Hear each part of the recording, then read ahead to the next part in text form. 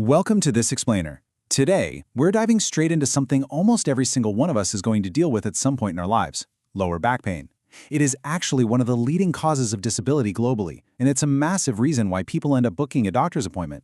So we're going to demystify exactly why this happens, how to actually manage it, and absolutely crucial here, we're going to figure out exactly when you need to take it seriously. Here is our game plan. We'll start with the epidemic and the mechanical majority, move into red flags and emergencies, touch on age-specific warnings, and wrap up with active recovery and exercises. All right, Section 1, the epidemic and the mechanical majority. Let's kick this off with some incredibly reassuring news. Think about this. 9 out of 10 cases of lower back pain are what doctors classify as non-specific or mechanical. So what does that actually mean for you?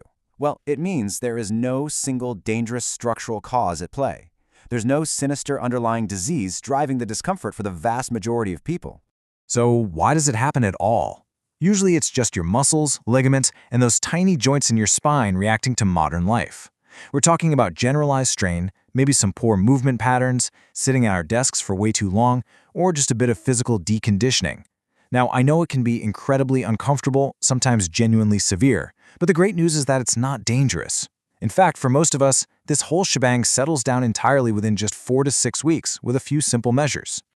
Moving right along to Section 2, red flags and emergencies. Okay, so because a very small fraction of back pain is a symptom of something far more serious, doctors are trained to act like detectives. They screen for red flags every single time a patient comes in, no matter how mild the pain seems. The absolute most urgent of these red flags is a condition called Cauda-Equina syndrome, or CES for short. The Cauda-Equina is a bundle of nerves at the very base of the spinal cord. The name literally translates to horse's tail, which, honestly, is exactly what it looks like. Now, this is a genuine medical emergency. If these specific nerves get severely compressed, which is usually caused by a large disc prolapse, it can cause permanent nerve damage if it isn't treated within hours. Listen closely to this part, because knowing what to look out for is vital. If you or someone you know develops back pain alongside any of these specific warning signs, you must go straight to A&E. Literally, do not wait for a routine doctor's appointment. These signs include numbness or pins and needles in the saddle area. That's the area of your body that would touch a saddle, like your inner thighs and genitals. You also need to look out for any new difficulties starting or controlling your urination, any loss of bowel control or unexpected looseness, or severe, rapidly worsening weakness and numbness in both of your legs at the same time. If any of those pop up, seek emergency care immediately. Let's move to Section 3, age-specific warning signs. Beyond those immediate drop-everything emergencies, there are other serious causes doctors keep in the back of their minds, and the main suspects actually shift depending on your age. In younger adults, so teens through their 30s, doctors are looking out for something called ankylosing spondylitis. It's an inflammatory arthritis that affects the spine, and the pattern here is fascinating. Standard mechanical back pain usually eases up when you rest and gets worse when you're active. But this condition, it causes severe morning stiffness lasting over 30 minutes that actually gets better with movement and exercise. It's the exact opposite of mechanical pain. So if someone in their 20s has persistent morning stiffness that improves as the day goes on, that's a major pattern worth flagging for further assessment. On the flip side, for people over 50, the medical radar changes completely. Doctors become way more alert to malignancy. This could be cancer that started in the spine or spread from somewhere else, as well as myeloma, which is a cancer of the bone marrow. The red flags shift here too. Doctors are looking out for pain that is constant and doesn't ease with rest, pain that actually wakes you up and disrupts your sleep at night, unexplained weight loss, fatigue, or just a genuinely new type of pain that doesn't fit your past history at all. And across all age groups, this medical screening process checks for a few universal red flags too. A history of significant trauma or even long-term steroid use raises the risk of fractures. Having a fever or just feeling generally unwell could point to a spinal infection. An unremitting pain that just never changes no matter how you position yourself, well, that could occasionally point to an abdominal aortic aneurysm. Now, it's really important to remember that having one of these features absolutely does not guarantee you have something serious. Most people with night pain still just have regular old mechanical back pain. But it really illustrates why your doctor might ask you seemingly random questions. They are just casting a systematic safety net to rule things out, rather than it being a cause for alarm.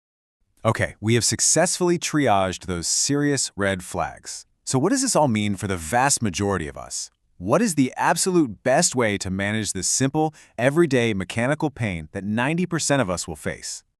You've probably heard you should just lie down and take it easy, right? Actually, scratch that. The medical guidance here is refreshingly straightforward, and it completely throws out that outdated advice. Simply put, doctors do not recommend bed rest. Staying in bed actually weakens your muscles further and drags out the pain. Staying as active as possible, safely within your comfort zone, is what speeds up recovery.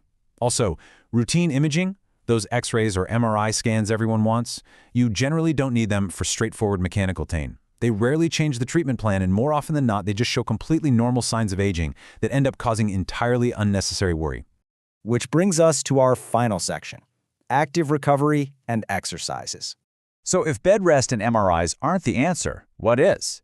The real prescription is simple pain relief if you need it, staying gently active, and doing specific movements to mobilize your spine and strengthen those supporting muscles. Here are 4 excellent exercises you can start at home today, as long as you don't have any of the red flags we just covered. First, the knee to chest stretch. Just lie on your back, gently pull one knee to your chest for 15 to 20 seconds.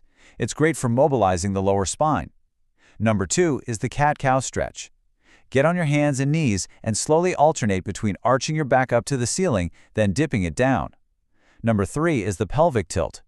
Lie on your back with your knees bent and gently flatten your lower back into the floor by tightening your core. And finally, number 4, glute bridges. In that same lying position, lift your hips right up towards the ceiling and squeeze your glutes. This builds incredible long-term protection for your pelvis and lower back.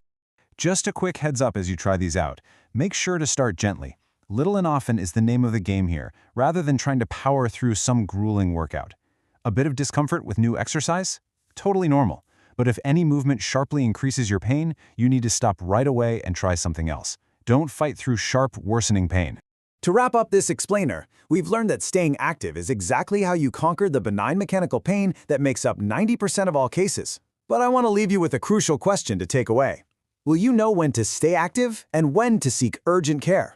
Remember, if you ever experience bladder, bowel, or saddle numbness symptoms alongside your back pain, that is a medical emergency, and you must go straight to A&E.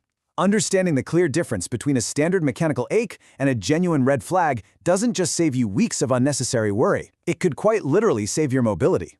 Thanks for joining me on this explainer, and stay curious.